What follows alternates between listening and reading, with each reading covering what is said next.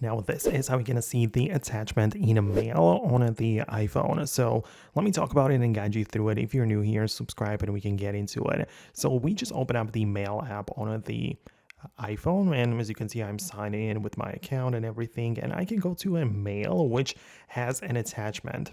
By the way, you can see if it does have one based on this little paperclip icon. So if I zoom it in like this, you can see that this email has it and the other ones do not, meaning that this one has the attachment. But in each case, I can get inside, and the first one is just the image. So if I want to open it, I can tap on it. It opens it in full screen, and I can as well click on share and save it to my gallery as the image, or save it to my files, right? It's a JPEG image, so you can do whatever you want with it.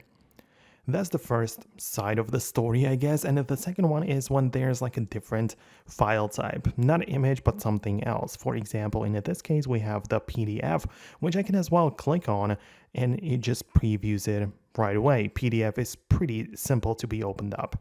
However, if it doesn't work out, what you have to do is to download it to your local storage. So either pay attention to the download icon like this and save it somewhere in your files, right? So you can pick the location. Let's say I'm going to pick the folder 3, for example, right? That's how I have it organized. And as I say, if it's something else other than the PDF, what you're going to do is to get inside in your files, the location where you decided to store it, right? So let me just come back and find the folder 3, right? So that's this one. And instead of opening up inside in here by tapping on it, I'm going to actually hold down on it to initiate some other options. And right now I can click on open with and choose a different app, right? So if it's a audio file or something else, you will most certainly have some other apps available for it.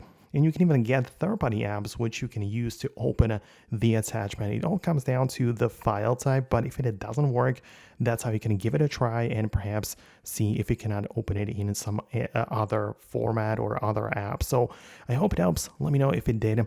Thanks a lot, and I'll see you in the future uploads.